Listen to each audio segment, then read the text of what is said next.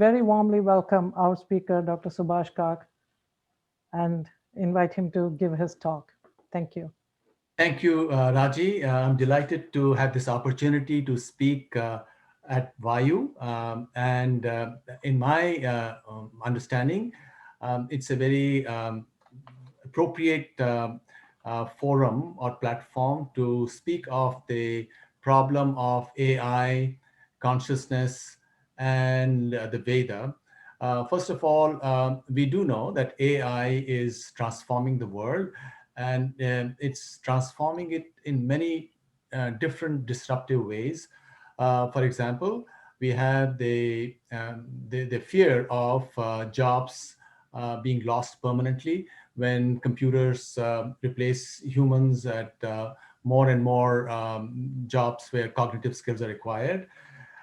So this is one big challenge, and the related one is, and this is something on which a lot of scientists have speculated, is whether computers themselves will become conscious. Because if computers become conscious, clearly all hell will break loose, because the question of what is the role of humans with consciousness in a world where machines are also conscious would raise, enormous ethical and perhaps questions of who's going to dominate, who's going to be calling the shots. So this is one side to the problem. The other side is that we are also facing the greatest crisis, if you will, in the sciences itself. And this crisis perhaps can be understood most clearly from the fact that the current theories of physics are based only on 0.5% of the observable universe. Because according to current theories, 95 to 96% of the universe is dark matter and dark energy.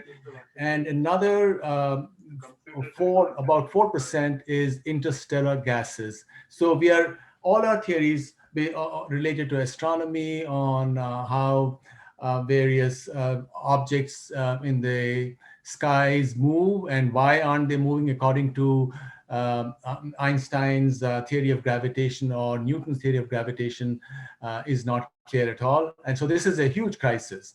Now, correspondingly, there are the two other crises, one in neuroscience, where in spite of all the amazing research that's been done over the past 30, 40 years, no specific correlate of consciousness has been identified. So the question is, how does the consciousness process or awareness process actually work? And of course, philosophically, it's an old problem, because the whole question of consciousness and the physical universe being two separate categories has been raised in many different cultures. And it goes back, in fact, to the Vedas itself, where there is this split between Purush and Prakriti, or there is a split also in our explanations or narratives about the world.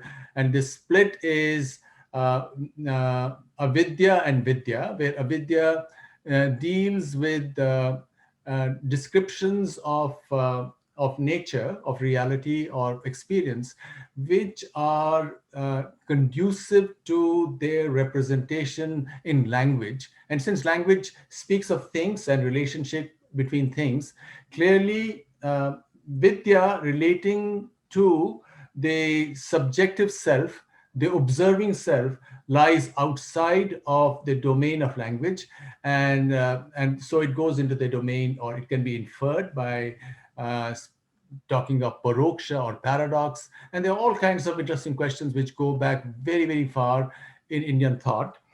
Now, in computer science also, and this is something on which a lot of energy and time is being spent by the scientific and the managerial science managerial classes in the West, is the question that I raised early on: will computers become conscious? And 3 years ago, there was a committee put together in Washington through SRI, which is Stanford Research International, a grant of DARPA, to look at the question of whether computers of the future, if not now, because we are sure that computers right now are not conscious, but what about computers of the future, say 20, 30, 50, or 100 years from now? And this consisted of some leading scientists, physicists, neuroscientists, philosophers, and some managers from this scientific establishment in Washington. And I happen to be a member of this committee, and this committee met at several locations, week-long discussions from morning to night. And ultimately, we took a informal poll in Cambridge, UK, and about half the people thought that computers will become conscious, and the other half thought that they will not become conscious. The ones who thought computers will become conscious were just taking this idea of emulation of brain processes, and they said, well, if more and more of the brain processes are emulated on very powerful modules, computing modules, at some point when the power exceeds a certain level, the computer system will be conscious. Now, the other half, and I belong to this other half, and many of these people in this other half also do quantum mechanics as I do. And we thought that this will never happen because quantum mechanics is the deepest theory of physics or of science. And in quantum mechanics, if you although quantum mechanics has many different interpretations, which really vary in the way they look at the universe or reality, but the most prestigious or authoritative interpretation, which is called the Copenhagen interpretation, which goes back to the pioneers or founders of quantum mechanics in the 1930s. According to it, the observer or consciousness, because the observer is conscious and he's taking decisions, the observer is always apart from what is being observed. So there's a split, and this was called a split between the observer and the apparatus. And according to knowledgeable people, and I would take the name of one of the two creators of quantum mechanics itself, Schrödinger, for example. He was an Austrian. He thought he was a Vedantin. So he claimed in his autobiography that the fundamental idea of QM, which is called something called superposition, where different possibilities, mutually exclusive possibilities, coexist at the same time, which according to classical logic is impossible. He said this idea came to him from the Upanishadic Mahavakya, I am Atma Brahma, that this cell or this pind is somehow has the capacity to mirror the Brahmand, which is, Yat Pinde Tat Brahmande. So this is the idea which came to him, and he thought that, well, the state within the physical system should consist of all sort of possibilities. And this is one of the two central ideas of quantum mechanics. The other central idea of quantum mechanics is that when you interact with the physical quantum state, all those possibilities collapse into one based on certain properties of the quantum state. And so within fundamental physics, there is this idea that there is consciousness as an entity which is apart from the physical reality. Now, bringing this up creates lots of complications because you can't define consciousness as it is, excepting indirectly. We can speak of a person being conscious or oneself being conscious, but one can always also postulate that nobody else is conscious. And in fact, there are serious physicists who are right now claiming by extending the mechanical idea of reality as reality as consisting of things, they're saying that, well, if the physical apparatus is a construct of things, so is the observer, and therefore it's an interaction between two physical systems. And if you push this to its limit, it takes you to another interpretation of quantum mechanics, which is called multi-universe or multi-world interpretation, MWI. And those, and of course, it's a small minority, those people who believed in this interpretation, they're serious scientists. They believe that really there is nothing like consciousness. It's just a trace which arises in our memories. And in many ways, we are like zombies, which of course is not satisfactory at all to anybody who looks at the whole question of creativity and so on. So um, where does then what does one do to look at consciousness as a phenomenon, because consciousness is the ultimate frontier of all of the sciences that I mentioned. It's the ultimate frontier of CS or computer science. It's the ultimate frontier of robotics, of physics, because in physics you always have the observer and the observed. And in fact, even classical physics, even if you look at Newton's laws, the observer is always outside of the universe that is being described. So that is classical. And of course, in neuroscience, where does the observer sit in the brain? And this is problematic also on mathematical grounds, because if where awareness resides is a certain module, the question of the complexity, well, there is a certain module which is like another mini brain, then the question would be that if that module lights up based on a person being aware, and although I've already told you that no such module has been identified until now, but supposing there were such a module, then the question would arise, who would be observing, who meaning which neurons inside the brain would be observing the lighting up of this particular module? And this creates an infinite regress, because supposing there's some other supervisory module of neurons which is sitting on top of it, then what observes this? And this is called a homunculus problem, that if there is a mini self within our brain, then who observes that mini self, and so on. So clearly, on logical grounds, this problem cannot be resolved. So here we stand.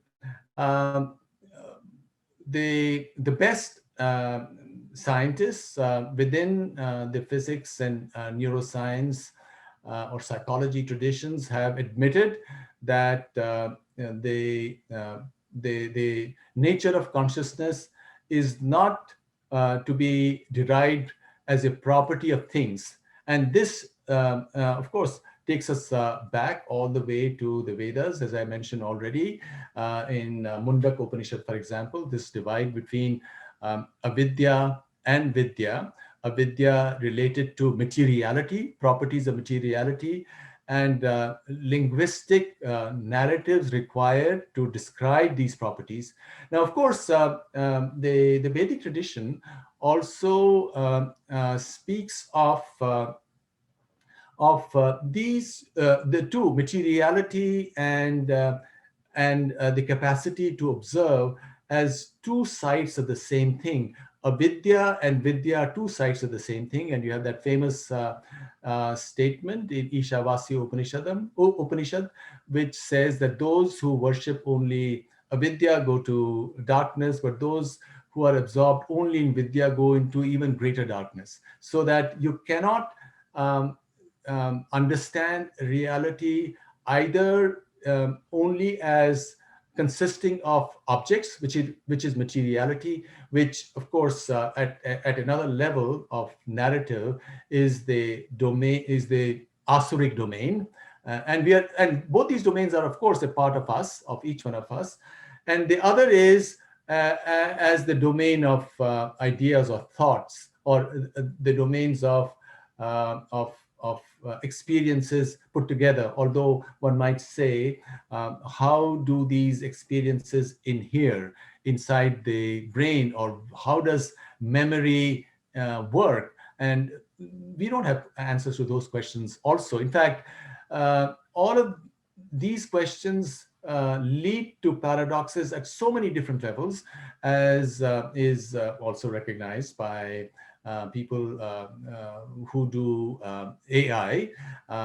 For example, the whole question of if we are only responses in the brain to sensory impressions, then what is it that binds all the chain of these sensory impressions in our memories, assuming that memories are also coded in the neural hardware? And this, of course, is a debate which goes back all the way 2000 or 1500 years ago, where you had Buddhist philosophers speaking of self, of no self, and and the idea that a person has arising out of transient experiences which are sort of held together. And the challenge to it from the Vedantic side, particularly the Utpal Deva and Abhinav Gupta, who say that, look, the very fact that you have to uh, sort of join in experience, you require judgments, and you are joining transitory experiences across time. So all of this must then exist within something else, which is what consciousness is, which is what is called Shiva. And therefore you have statements such as Shivoham, that everybody who's aware is Shiva, accepting that they are forgotten, that they are Shiva. And this, of course, goes back all the way to the Vedas itself, where you have Mahavakyas such as um, Prajnanam Brahma, which means that Brahma is knowledge. Or in Shiva Sutras, you have Chaitanyam Atma. So the whole idea of consciousness being Brahman, and consciousness being Atman, and these being two different ways of looking at reality. And of course, modern scientists also generally recognize, at least some of them, that you can very credibly make the claim that all of science and all of reality that we experience is experienced in our consciousness, and therefore consciousness is the primary reality. And of course, those who run with it and then they say that there is nothing but consciousness would have certain problems to deal with, or problems to contend with. And in my view, what the Vedas really are speaking of is that these are two different aspects, as I mentioned already. The famed image of Samudra Manthan, for example, the Asuras and the Devas churning the ocean, out of which different vibhutis arise, or different intuitions arise, is that idea which occurs in every individual, that the child, the mind before it develops, has these two as aspects of the projection of reality into these two aspects, which again goes back all the way, for example, to Sankhya. You have Purush and Prakriti, but then there is got to be a churning, or questioning and answering. Through that churning, understanding arises, which is what leads to the world as we know. Or another way to look at it is that you have the mind as an inner instrument, or mind is like the mirror to this transcendent reality. And based on how clear the mind is, as in Yoga Sutras, for example, how do you remove the vrittis of the chitta? And the vrittis are, say, thought complexes, but thoughts are associated with our experiences of things, and therefore experiences of things create eddies in the surface of the water which constitutes the mirror of mind. And the challenge for the yogi or the adept is to still it so that you can see the sun of the consciousness mirrored in its most clear way within the mind, which is how you are able to obtain new things, because this consciousness is transcendent, it is infinite, and the mind is finite, and what has transpired is finite, and therefore there's so much more to be discovered. And all creative people know this. In fact, the well-known mathematician, French mathematician Jacques Hadamard, um, many years ago, 60, 70, 80 years ago, wrote to the leading scientists and mathematicians of his time, and he asked them, can you explain how did you actually arrive at your greatest discovery? And almost all of them said that the discovery was literally involuntary. You were, or they were either sleeping and there was a vision, or they were walking, or at a party, or something happens, or they were in a strange, excited state of mind, and at the end of that, suddenly there was a flash. In fact, Roger Penrose, who won the Nobel Prize for Physics this year, and who's most famous for his discovery of irregular tilings of a surface. We all know about regular tilings. You know, you have a square tile. If you replicate it on both sides, you can cover any surface. But he discovered that you can also have irregular tiles, and he had been thinking about this problem for a long time. As he describes it in his book, Emperor's New Mind, he says that although he had thought about this problem for a long time, he had reached a dead end, and he had a visitor from the US, and he was crossing the street in Oxford, and suddenly there was a flash in his mind, and he didn't know what it was, but he knew he had solved the problem. And then he rushed to his office, and then the result came to him in almost no time, because as we all know, mathematical or any creative work is based or sits on top of the sharp edge of a certain intuition. And from that intuition, everything emerges. And then the rest of it that you do as a playwright, as a poet, or as a creative writer, or as a scientist, is to dress it up, because you know the craft associated with that field in which you work, and then you dress it up, and that's how it finally gets its form. Now, this is something which, in fact, goes back much further. There are other stories as well, and I'll mention three. The guy who set off the Industrial Revolution, I forget his name, he was an American. I think it was in the 1770s. That was the time. Until then, people still lived the way people used to live, say, 2,000 years ago, pre-industrial age. So women were working the entire day, cooking, darning clothes or sewing and so on. So people realized that if you could have a sewing machine, that would lessen this burden greatly. So there were a lot of people who were looking for the sewing machine.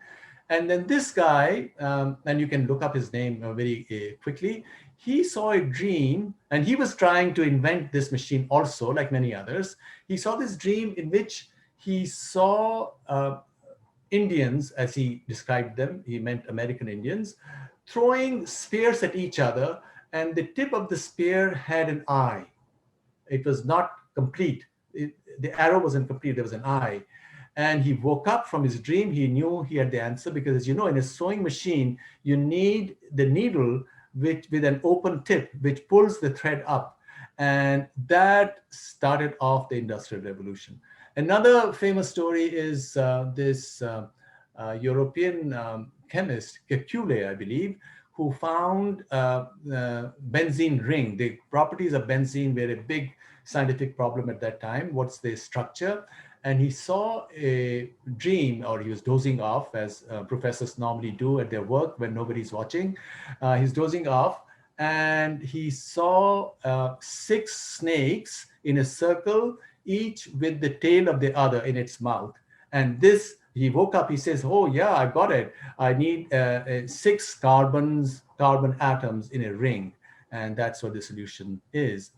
And most famously, with an Indian connection, is Srinivas Ramanujan. As you know, he died very young, 32 or so, and he was a self-taught mathematician. He did some great work, and when he was dying in India after his return from Cambridge, he wrote on these notebooks, which were rediscovered only in the 1970s. Now, for the last 40 odd years, some of the best mathematicians of the world are working on those notebooks, because he didn't explain where that math came from. And they have found that all of that work is amazing stuff. And even before he was dead, when he went to England, he was a poor railway clerk, and he wrote to this famous English mathematician named G.H. Hardy at Cambridge.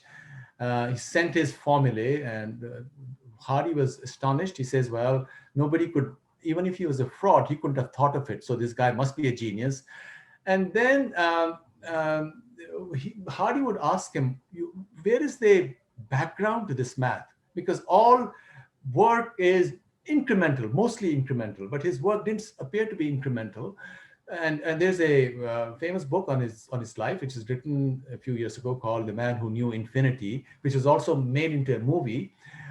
So Ramanujan would answer that, look, these formulas come to me in a dream, or in vision, or in lucid dreaming, and they're given to me by the goddess Namagiri or Namakkal, which was their family deity. And what that really means, one doesn't have to take it literal truth. What it really means is that they would appear to him from nowhere. And you cannot explain that if your fundamental paradigm is a things paradigm, which is what the standard universe paradigm right now is. As I mentioned, that committee that was set up, half the people who believe that computers will become conscious, we asked them, we were chatting after the poll was taken, and even though there was no other Indian, these were Europeans and Americans, they said that their point of inspiration was Buddhism, with this Mahayanic idea of shunyata, that if you can have humans with our minds arising out of shunyata, you could also have machines with their minds arising out of shunyata, which personally I think has a lot of problems with this particular view.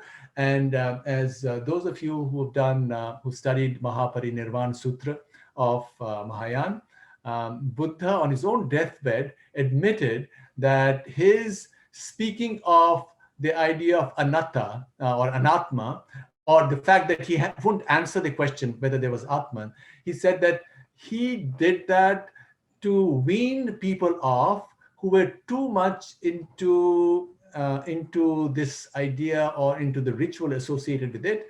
And just as, and this is an example from Mahaparinirvana Sutra, he says that just as a mother must wean her baby who's still at the breast from the breast if the baby is sick and should be given or should require medication for a few days, bitter medication, and then let the baby come back to the breast. Likewise, the Buddha said, I didn't talk of this because there was this whole excessive attachment. It's that attachment to Vidya, which Ishavasya Upanishad itself mentions. So I am totally in line with A.K. Kumaraswamy's, the great scholar, who claims that the deeper you analyze Buddhism, you realize that there is no difference between Buddhism and the whole Sanatan Dharma tradition, because in Buddhism itself, it's called Akalic Dharma, which is the same as the Sanatan Dharma. And the separation that we see is more by academics, both in India, the scholar tradition in the various philosophical schools. But people don't really, the general public doesn't do philosophy. Most people do whatever they do through their intuitive understanding of what reality is. And in that intuitive understanding, I don't think there was any difference between the larger Sanatan Dharma river and Buddhism as a special sect devoted to certain ideas.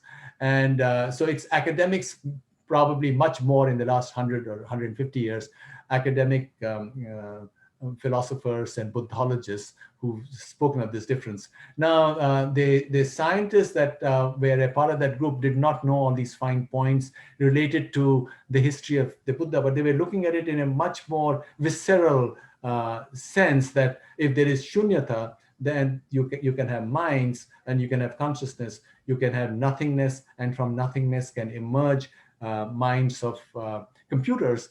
But as a quantum mechanics researcher, I can tell you that really that idea doesn't work, and quantum mechanics is the deepest theory that we have of reality, and that it doesn't have the capacity to provide an explanation for awareness. Awareness is always apart from the physical system in quantum mechanics. So what does it all mean for VaYU, for example, for the courses that VaYU is offering? And I think the enterprise of VaYU and the courses it offers are very urgently needed. Why? First, the bricks and mortar university is in great peril. Education has become too expensive. If you're teaching, if you're spending $50, $60, $100,000 a year on stuff which you can read for free, because through Google you can get information whatever you want. It's all at your fingertips and in so many different forms. Or what you can do is have a hybrid system, have just a few professors, some great professors in the studios teaching the entire world. So what will that do to the university as we see it now? What it does is that it's created the room for new ways of delivery of knowledge. Now, the other problem with the standard university right now is that people living in their silos have almost lost touch with reality.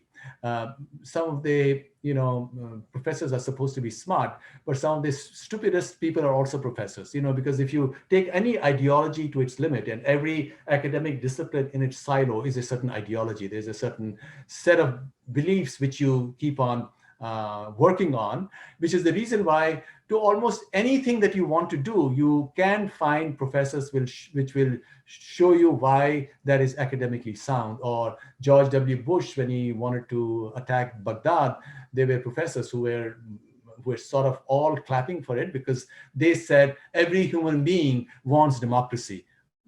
Who says that? We don't know. We don't know all of those things. These are all assumptions. So a lot of the stuff that's taught in the university is based on assumptions which are not necessarily valid.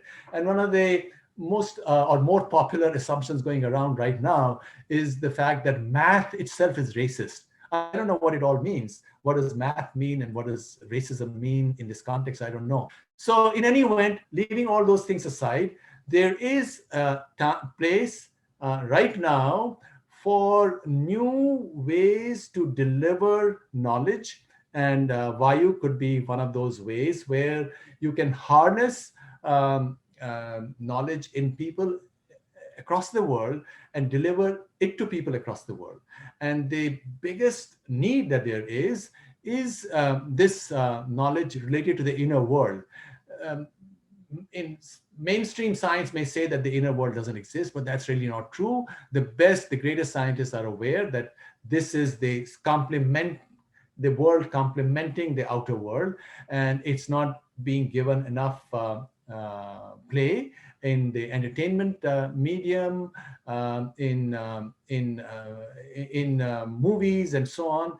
And people are being, especially in schools, kids are being told that they are nothing but their bodies. And once they have tried out everything that they can with their bodies and sensations, they feel that life is worthless. And that's why some of the, I've seen 60, 70,000 people die a year of opioid overdose. And forget opioid overdose. And these are healthy people, successful people, good-looking people with children, and they kill themselves because they don't know what life is worth or life is for. And forget about opioid doses. The addictions are so many different kinds, which separate people from their true self. And that true self, knowledge of the true self, is what the Veda is all about. And therefore, the answers to these problems, which amazingly, some of these questions were a part of the debates going on, and we can read of those debates in the Upanishads themselves, or in the so many other texts that have been developed, or which have come across, or which have arisen. Um, you have the various Puranas, you have great texts such as um, um, Yoga Vasishta, which in my view is the greatest storybook ever written. And it's the third largest book also, I think, after Mahabharata and Ramayana. It's the largest book, and it's the most amazing stuff. How is it that 1000 or 1500 years ago, people were talking of problems which have become a part of the general scientific narrative only now in the 20th and the 21st century?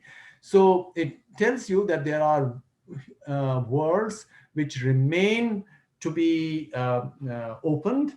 And if one were to connect people to their inner self in the right way, in a discerning way, in a way where they are connected to both their asuric and their daivic nature, because these are like two wings of a bird, and we must have both. We can't say that material sciences are wrong. Material sciences and the inner sciences complement each other, and it's a journey which brings our intuition further. So all of that is going to help everybody in all cultures. It's not sectarian. All this is universal knowledge. It's not sectarian at all. Let me mention one brief thing about this split between matter and consciousness.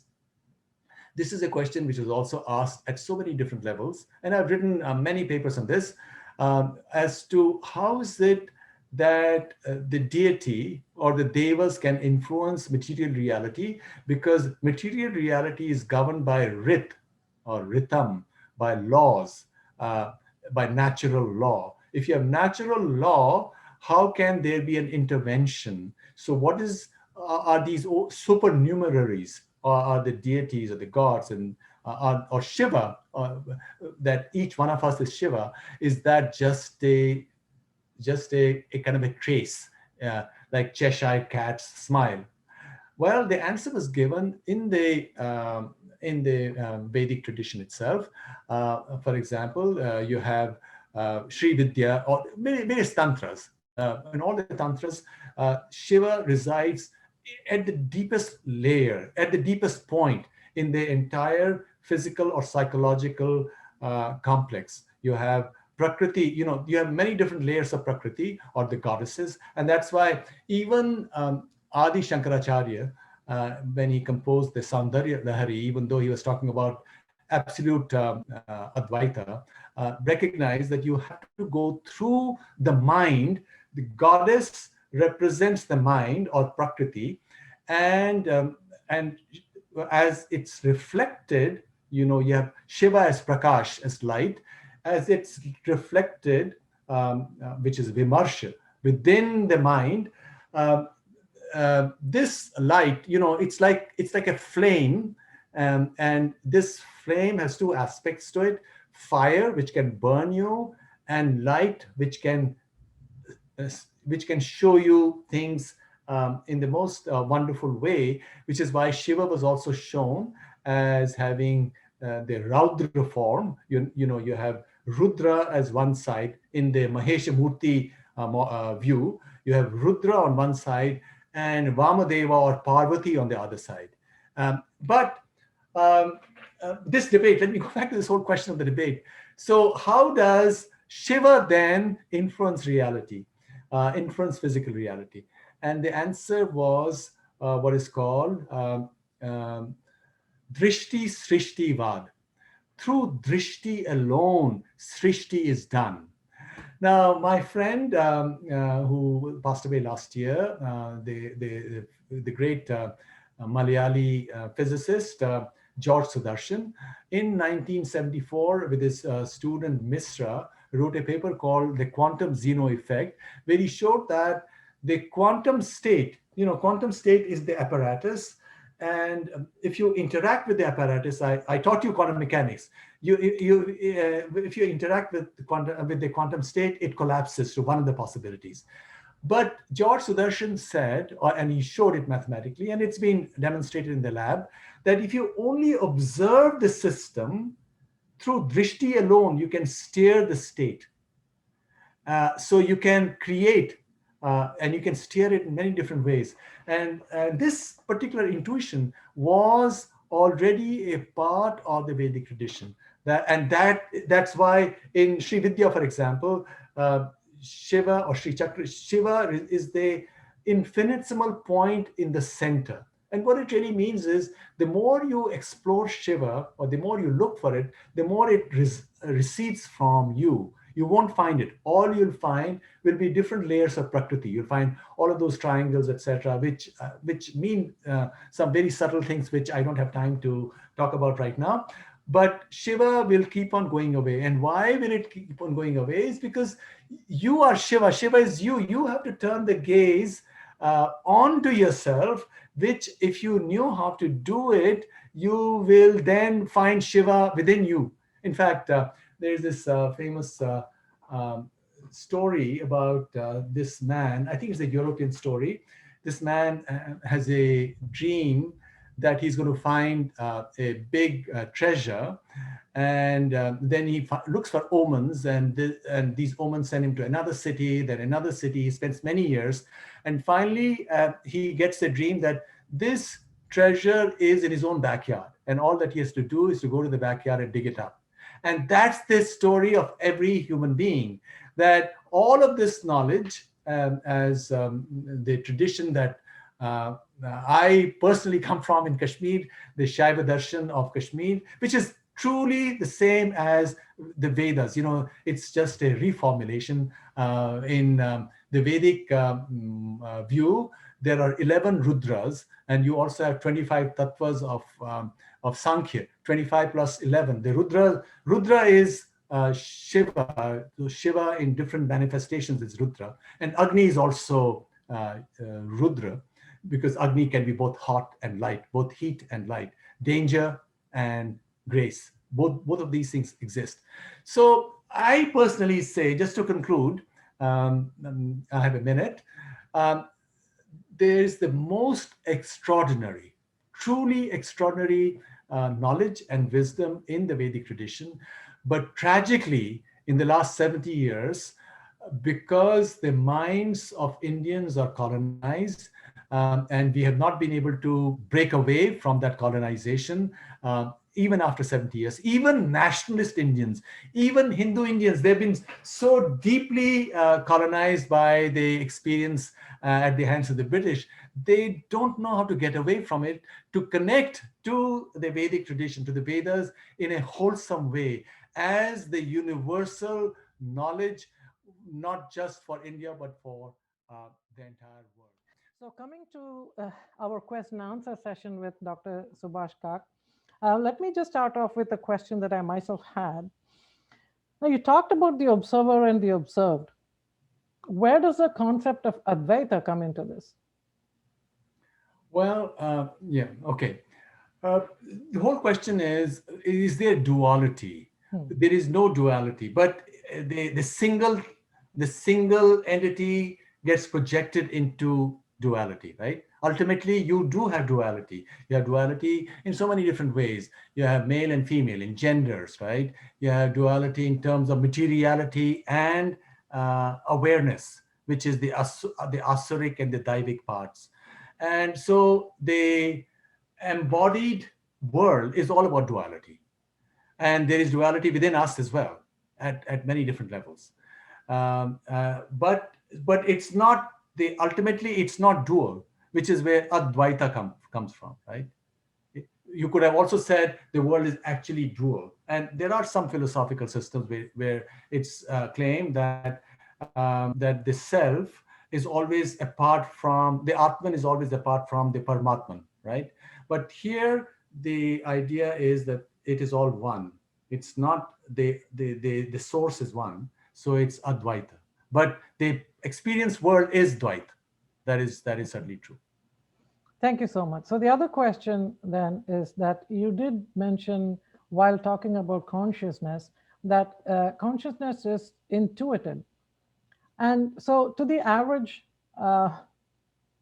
Joe, how does one reach that point of where you can actually intuit that and understand consciousness? Give us a pathway for that. Well, what does one mean by being conscious? Well, you're aware. You're aware of the world, right? Animals are also aware of the world, right? But the specific human consciousness related to the complexity of the world that we normally talk about is also based on so many other constructs, including constructs related from culture. Our mind, which is the inner instrument, is fashioned by our experiences and by the culture. And of course, we can change it, but that requires a lot of work. That's where one's own personal inner journey comes in. But this is what tells or sets people apart from each other. So although every human being has the same potential, we are also bound based on what we are born with, our biology, our genetic inheritance, and our cultural inheritance, and the amount of effort we put into getting ourselves free to obtain that mukti or moksha. Moksha means is not after death. Moksha is in this life where you are able to break that chain which binds each one of us, because most of the time we are stuck to this reflexive behavior. If we can get out of it, that's when we become creative, right? So a creative person must ultimately be able to break that chain in some sense. And it doesn't mean that a creative person is necessarily the greatest individual in the world. Now, they might have found this nugget in one field and still not be able to do in other parts of their life. So that is also possible. But a sage would be one where the sage is all rounded, where there is this samadrishti, that drishti suffuses all the activities of this individual in all fields. Thank you, thank you. That was very let me say inspiring, because then naturally I'm inspired to try and reach that stage. So here's another question from one of our attendees. Is there a connection to the property-less nature of consciousness to the operating destructive creative engines as Vishnu, Brahma, and Maheshwara? And how does computer science theorize this? Well, we talked about Veda, or we talked about Veda consisting of many different darshanas, and yoga is one of the darshanas, right? We normally talk of these six, the Shar darshanas. So yoga is where we synthesize. We are analyzing and then we synthesize, and there is always paradox. If you push one darshana to its limit, there are certain paradoxes that you arrive at. Now, this whole thing about Vishnu, Brahma, and Maheshwara, this is just one level of storytelling, because you also have Skanda Puran, for example, which says that Shiva and Vishnu are the same. And I believe in the temple in Washington, D.C., they have that inscribed right in the beginning. Vishnu and Shiva are the same. So, but what are Vishnu and Shiva, if you might still ask? Vishnu is, of course, from inside out, from your experience, inside out comprehension of reality. And that is Shiva, I'm sorry. And Vishnu is from outside in. So you can also look at them as perspective of freedom versus perspective of morality from Vishnu. But they are really different words, because true the para, the vidya that we are talking about, para vidya, transcends language. So, but this is language. The moment you use the terms Vishnu and Shiva, you're talking of language. And in the Shaivite tradition, Shiva also creates, because they're both the same. Shiva also creates. In fact, his dance is this whole process of creation and maintenance and destruction. Now, with the yogic tradition, you also have these three granthis. Right at the bottom, at the Muladhara chakra, is the Brahma granthi. And then in the middle is the Vishnu Granthi. And above the eyebrows is the Rudra Granthi. And these Granthis are related to the whole uh, system of emergence of feeling and maintenance of that feeling, and then going beyond that feeling, or perhaps taking it to another level. So there's this creation and destruction going on within each individual as well. But that's all related to yogic practice, which I would imagine you would expect people to register for a more advanced course, a PhD course perhaps, right? All right. So the next question is, um, as a member of the Indian Prime Minister's Science Advisory Council, how well or ill positioned can you say is India to adopt artificial intelligence transforming nature into her grand narrative? Well, as I mentioned, in India, we have serious challenges related to um, colonized minds of all of us. You know, we perceive things from the perspective of Europe or Britain or the outsider. As just an example, which is of relevance here, you know, India in AI or in computer programming skills, although we produce a large number of them, because you know we have so many CS colleges and programs across the country, we are only batting at a level of a mid-sized European state like Hungary or Czechoslovakia. Why? Because in India, computer education is predicated on one learning English first. You know, you first have to go through English and then you do a computer science program. That's not the case, even though a lot of Europeans, students in Slovenia or Hungary, they also know English, but they are taught computer science much early on in their own languages, or in Korea, or in China, or Japan. So we are finding it so hard to break away from these things. In fact, our leaders across different states in India are still saying that, hey, we need to introduce English right at the first grade. Now it's fine. I'm totally, you know, I like English, but I think we cannot make English as a obstacle to young people learning computer science and applications of computer science to various possibilities. In fact, some of the greatest innovations in AI and programming have been done by high school dropouts in this country, and somebody who's very passionate about it. If in India you can't even learn computer science unless you have done English, you're already losing a lot of those people.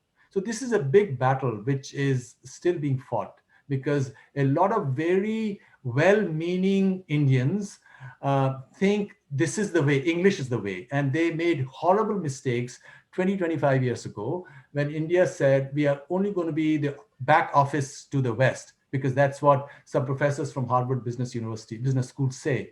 While China and Korea and Vietnam, they said, no, we're going to make our own products. Now they have made their own products, and they've also got into programming and into AI. You know, China has firewalled its own cyberspace. So they have all these wonderful applications, perhaps more efficient than American ones, while we are nowhere. And that's because we lack that confidence. We are still following the Fort St. George British fort model of development, where the Englishman tells us, hey, do this. And we are sitting in the back office maintaining these big ledgers, you know, making entries, which is what these computers in Bangalore and Mumbai and Delhi are doing. So this is a big problem, challenge. I don't know the answer. I can, although, you know, we can talk about these things, but as all we all know, in any country, in any committee, there's only that much you can do. Mr. Trump, he was the president of this country. He could do nothing with Mr. Fauci or all the stuff that was being written. You know, political leaders or other leaders have much less power than people imagine. Indeed, indeed. I just want to make an announcement to the attendees. Please don't forget to give us your opinion. There is a poll that has been enabled. Please do respond to that one. Okay. Our next question is, how does AI or consciousness approach critical thinking essential for self-learning? What is the role of sound in developing intelligence? Two questions in one for you. Well, I personally feel that every human being, before education, which we need, but which also can sort of make us get into bad habits. Education is necessary, but education can also give us bad habits. For example, right now in India, there's a lot of interest in some very far out theories because the education some people have obtained from each other, because Indian education or Indian knowledge or Indian shastras are not taught in schools and colleges, right? So you can only obtain it indirectly. So people have some strange notions. They have some very literal notions about what it all means, and therefore they're not historical at all. Or now there are people who are trying to prove that something happened 100,000 years ago or 200,000 years ago, without any relationship to physical reality or archaeology or art and this and that. So education can be a problem, and education is a problem. But if you learn, but every human being's mind before education is open, has all the potential. Now, of course, I'm talking like a pop psychologist. And But because everybody has that sakshi within them, right? Everybody, no matter what you think, you also, that conscience, which is consciousness embodied or personified, your conscience tells you, hey, this is right or this is not right, right? So there is that, or this doesn't make sense. So if we were to straighten our education system and do and ask all questions, which in AI programming compels you to be to follow a procedure to break up a problem into its component parts, I think that will be very helpful. And as to developing intelligence, if developing intelligence is to rid oneself of preconceived notions, depending upon how it's done and whether one belongs to a group of other peers who are questioning oneself, you develop intelligence by asking questions and by other people challenging you. And the more of that happens, the better it will be. Thank you.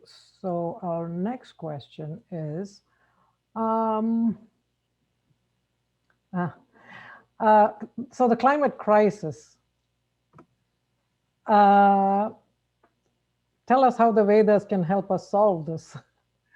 Okay, well, from what we can see, the Vedas speak of the interrelatedness of everything, right? Prakriti is all one, and and that is an ecological approach.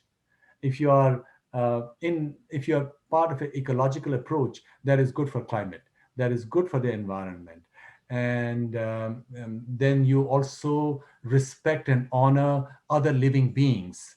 I'm not I as a Kashmiri, in Kashmir people ate meat, my family and I also for a long time. But people also, I've sort of stopped eating meat now for 30 years. But my point here is that if you are ecologically oriented, you can then see the wisdom of some of these values, which are ridiculed right now. In India, right now, if somebody says, I'm a vegetarian, they would make fun of him. Perhaps in the West, they would say, oh, this is wonderful, you're a vegan. But in India, it's that colonization of the mind attitude. If you're supposed to outdo the Westerner in being macho, in saying nothing matters, the environment doesn't matter. So the Vedic view is to see that interrelationship between all things and between all people. And this whole idea also of hierarchy and higher and lower, which many Indians have inculcated, is also not Vedic in my view. True, that is very true. I have to tell you that there are many of the attendees who have thanked you profusely for this talk, and there are many more questions. We still have another almost 6 minutes to go, but if you are willing to hang on and answer a few more, depending on your time and your availability, we could extend it a little longer. Is that okay? Yeah, okay. You tell us when to stop, okay? So All here right. is the next question. So you had told us about this poll that at this council in Cambridge that you said, and it was about whether computers will become conscious. And so here's a question about that. And you said half of the people believed they would and half didn't. And the question is, can modern artificial intelligence, sorry, the question, that was not the question. Is it possible for conscious machines and humans to coexist? So is there a middle ground? Well, okay, interesting, very interesting question, but perhaps we need to look at this question slightly from a different perspective. The fact that what has really happened in the past 50, 70 years as automation has become pervasive, that humans have become like machines. Oh, forget about machines becoming conscious. Humans are being straight-jacketed into machine-like behavior, which is what is alienating them from their true self, which is the reason behind despair. Do you see that? True. So, in a certain sense, machines are already conscious, and these machines are in human form. The silicon machines may not become conscious. I'm quite convinced of that. In fact, I have some new stuff coming on it in journals in the near future. But one of the other great challenges of modern times, of this post-industrial age, is the dehumanization that is taking place. And this dehumanization, it's not that it's not occurred before. You know, the genocide in the past. Canada was in the news last week or 2 weeks prior, that they're discovering so many hundreds of graves of children. These were indigenous children who were taken to boarding schools, and some of them were abused, sex, and this and that, and they were killed, or some of them died. We don't know all the details. The point is, why does that occur? That occurs when you dehumanize the other. This dehumanization occurred in the past based on grounds of religion, right? If you believed in the true religion, you were a human, and if you did not, you could be killed. And in fact, I've done some recent work as a student of history. I've been looking at Central Asia, especially Xinjiang, which until 1000 was primarily an Indic region. People spoke Indian languages and so on. But when it fell, a lot of people were killed there, and they don't know their history. And as history has come out only recently, because before it fell in 1006, they took their documents and texts and hid them in caves. And these caves are opened only about 100 years ago, and they're being studied right now. There's a huge Dunhuang cave project, international project, where new stuff is coming to light. But similar things are happening even now. These things happened to the Yazidis in Iraq. These happen to Kashmiri Pandits in Kashmir. This thing is happening. There's a story today in Spectator. This is happening to the minorities in Afghanistan. So that is also dehumanization. So what the Veda is knowledge, universal knowledge, right? It's not that this is less than other. Every human being is the same potential. Nothing to do with jati, with birth station, with gender, nothing at all. So I think this is the knowledge that is required, and we can see this already making a great deal of difference. In fact, I was at a major conference in Delhi in 2018, and there were two very interesting speakers, one from Saudi Arabia, another from Iran, both women. This Saudi Arabian woman, she's a Vedacharya, a Yogacharya. She's been able to have the king allow the introduction of yoga in all the schools in Saudi Arabia. We can't do that in India, because in India you have the brown sahib saying that no, this is Hindutva. You know, there is more opposition to these things in India than there, or in Iran. The women are doing yoga. Now, some of them are doing it only for asanas, which is perfectly all right, because we are also physical bodies. To take care, our body is also a temple. To take care of the temple is also a wonderful thing. But when you take care of the temple, you also start asking questions. Who resides within this temple, right? Which is the next step in this question about what the Veda is. So I think the whole world, you go to Europe, you go to Russia, you go to Shanghai, people are getting connected to this all. And I think what is missing is we don't have enough number of Indian interlocutors because of the fact that this whole wisdom tradition has been ridiculed in India for the past 70 years. And that's where S. Vyasa and VaYU will, in my view, play an extremely important role, not just for the Indic diaspora or for those interested in yoga or well-being, but for the entire world, because this is something that concerns everybody. Ultimately, well-being is a universal thing, and knowledge is also a universal thing.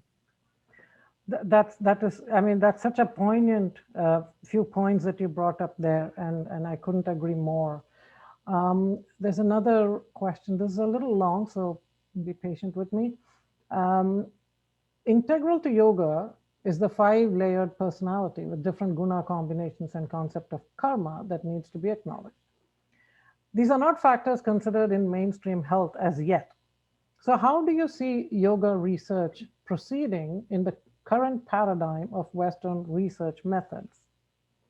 Well, just yesterday, I'm on Twitter, and somebody sent me a link to an article which has appeared in a mainstream cardiology journal, a big group, and they showed how pranayam, they didn't use the word pranayam, they called it some kind of breathing. They didn't give any citation to the large number of yoga influenced papers that have already appeared in the medical clinical journals.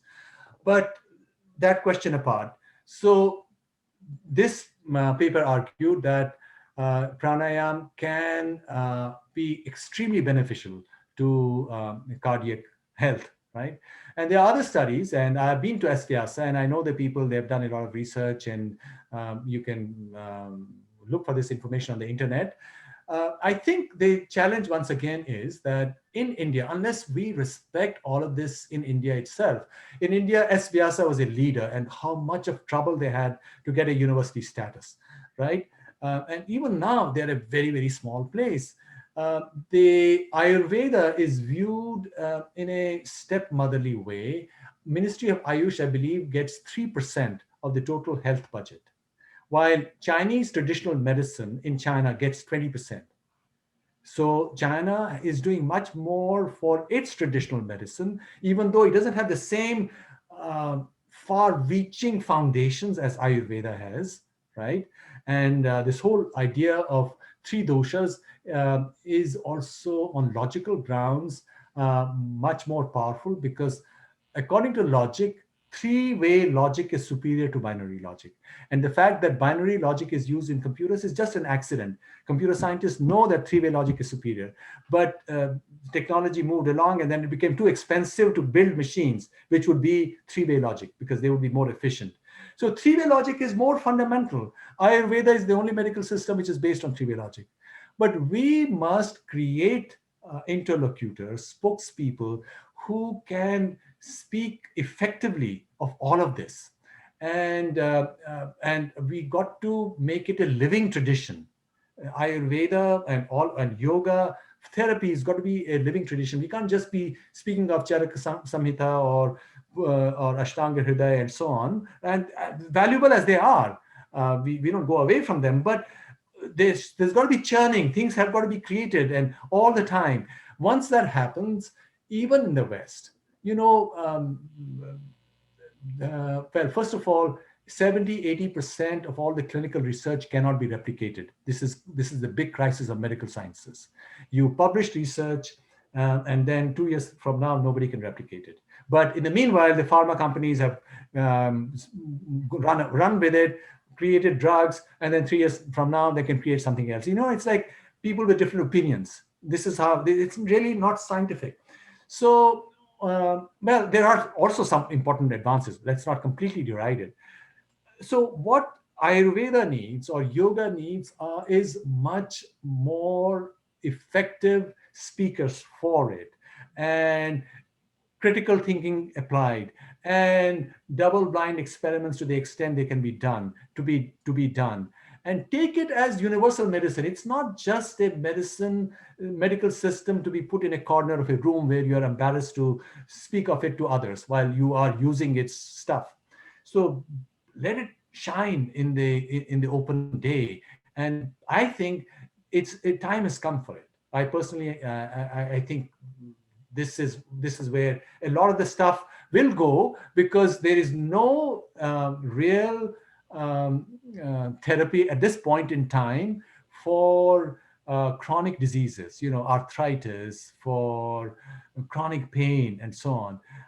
And the mind body connection, about 35% of the people get well just if they are given placebos. That's because the mind tells them to get well. How can be done much more logically, much more effectively? Can it be done using Ayurveda? Those are questions. Or well-being. Maybe VaYU should take it up. What you need is ask one of the very wealthy Indians on the West Coast to give you 100, 200 million budget to do it in a comprehensive way and change the world. Awesome. So, I mean, there are many more questions, and it's already it's 20 minutes past the hour. Do you want to take one more question? Well, yeah, sure, of course, yeah. Okay. So this is a very interesting question. We speak only of humans as having consciousness. Isn't that a case of the observer claiming the characteristics of the observed to be true just based on one's experience? And what if animals had a consciousness that we cannot fathom? Now, I believe we are learning now that plants and animals do have some kind of consciousness, right? Every cell does, right? I don't know. I think it all matters, depends on what we mean by consciousness in a plant, for example, right? We know what we mean by consciousness. It's a complex associated with memories, with expectations, and awareness. There are different elements to it. But certainly animals do. We know anybody who has pets knows that pets are really no different from us in so many different ways. They have likes and dislikes. They want to do their moods. They want to go out and look at the setting sun or the rising sun just like we do. So yeah, so animals are conscious, and the lesson then related to our talk is that we must treat them with greater respect. And possibly they will show us many things. As one of the great legendary teachers in India is tantric teachers is Dattatreya, right? And Dattatreya own teachers were different animals. He learned from dogs and from this and from that. That's what we need to do, and that could be the next revolution in maybe clinical science. What do we know? All right. So here's another question. Is there a spectrum of consciousness? Just like you have the electromagnetic spectrum, can levels of consciousness, which is observable in living entities, help us to actually instrument and prove consciousness? Well, there are many people who've written on it, the spectrum of consciousness, and certainly we have different um, experiences of consciousness. Sometimes you wake up and you're very groggy. You don't even know what your own name is, right? Or you're not able to harness all your memories. Or in your dreams, you access memories or artificial memories, if you will, or we don't know where those memories come from. You live in some other world, and you feel as much a part of that dream world as you do in your normal life. There are these amazing episodes. If a book that I would recommend each one of you to read, if you haven't read it already, is Yoga Vasishta. And there's a very nice translation by Swami Venkateshananda, published by State University of New York Press. You will be astonished at the subtlety and the depth of experience, depth of understanding that was a part of the discussions that were carried out by people. Because a novel is a narrative. This, what we are doing, is also a narrative. So these were stories which carried certain wisdom, and it's absolutely mind-boggling. Absolutely mind-boggling. Okay, I think we've taken enough of your time, but I cannot tell you how many very beautiful comments came up from all the attendees, thanking you for this very insightful lecture. And I hope we'll see more of you at VaYU. And thank you very much. And I have my own questions. I had a whole list of questions written, so I'll probably email you myself and pick your brains about them. So thank you so much. Namaste. Thank you, Raji. Really enjoyed it. Thank you.